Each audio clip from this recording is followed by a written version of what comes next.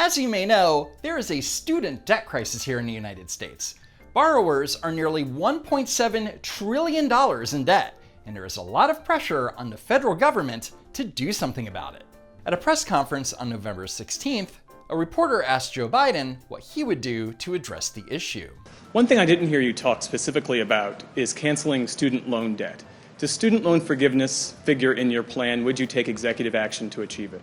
It does figure in my plan. I've laid out in detail. For example, the legislation passed by the Democratic House calls for immediate $10,000 forgiveness of student loans. Biden is referring to the HEROES Act that was passed by the House in June 2020. It included a provision that would force the federal government to pay up to $10,000 in monthly student loan payments for private education loans until September 2021.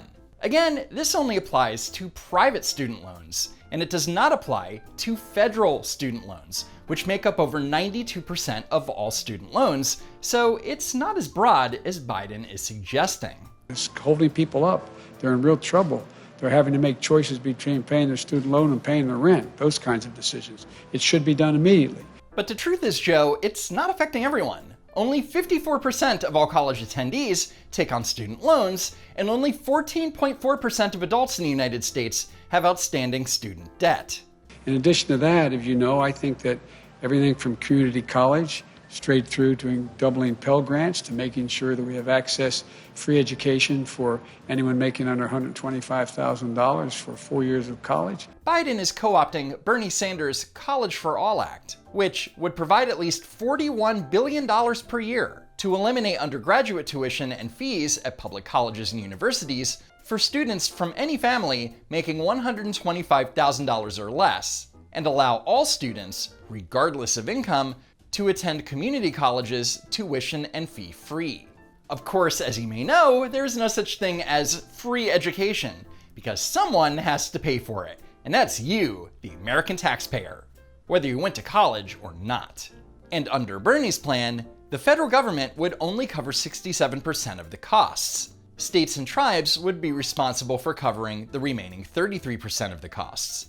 Hope you like higher taxes. Now remember, Joe Biden didn't come up with this plan, so he's a little shaky on the details.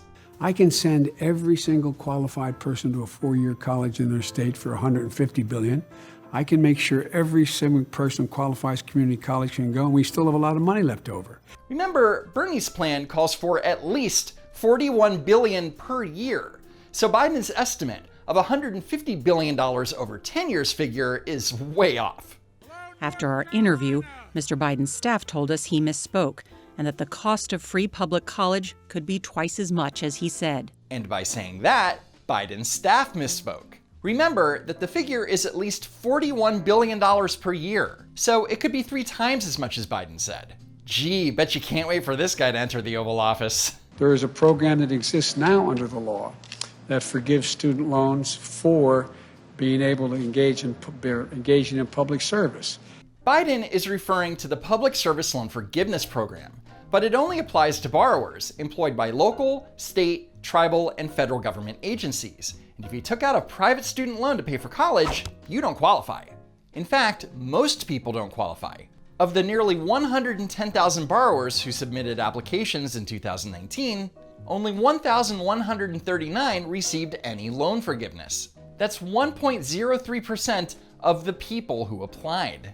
I'm going to institute a fundamental change in that so it's able to be available to everyone that in fact is engaged. It's not being very well managed right now. That means that Joe Biden wants to make the Public Service Loan Forgiveness Program available to everyone engaged in public service, which doesn't seem fair, considering that these borrowers likely only have that government job because of their degree, and probably wouldn't have been considered for their position had they not attended or graduated from a college. And as far as Biden's plan of eliminating up to $10,000 of student debt, according to CNBC, that would reset around 10 million borrowers' balances down to zero, and that would cut the total amount of student debt down to about 1/3. But to many progressive Democrats, that's not good enough. On November 12th, Senator Elizabeth Warren tweeted the following: Biden-Harris can cancel billions of dollars in student loan debt. giving tens of millions of Americans an immediate financial boost and helping to close the racial wealth gap. Oh, the racial wealth gap. Well, let's explore that for a second.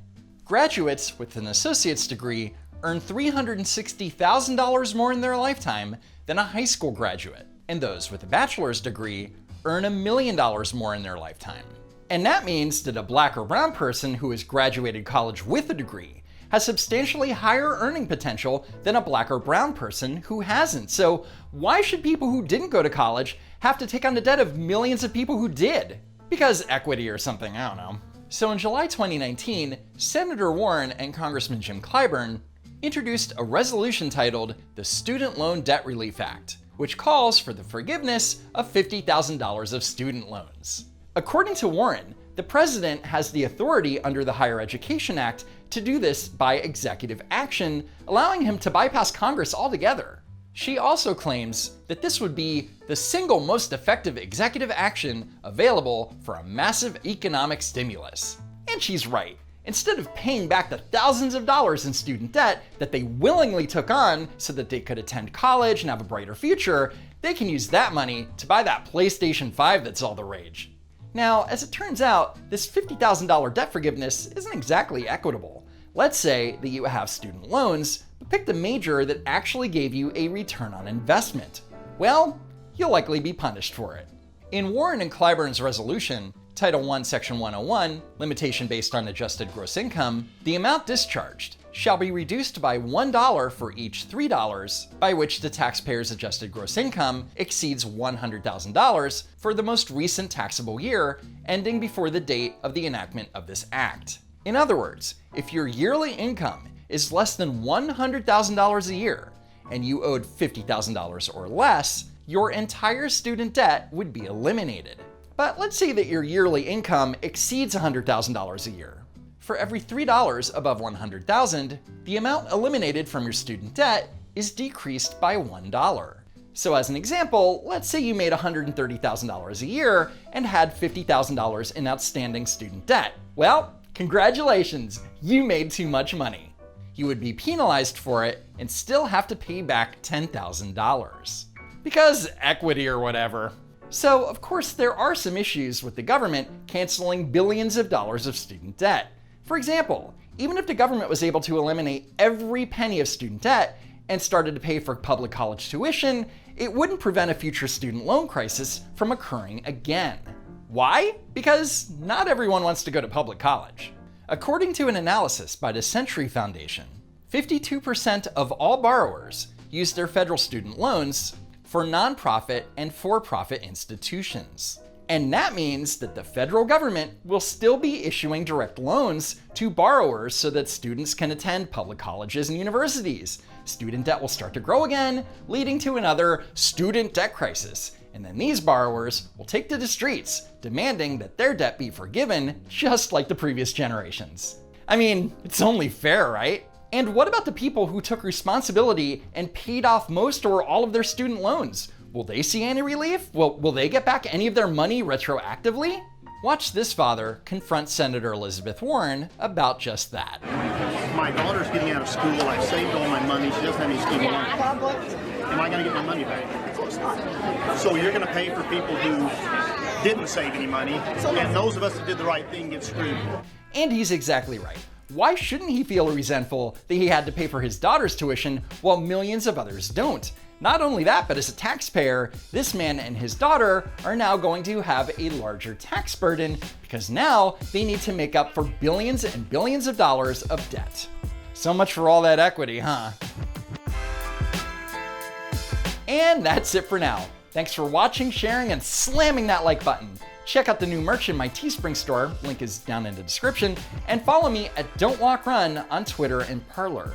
As always, thanks for tuning in, be sure that you're still subscribed to the channel, and as always, I hope to see you next time.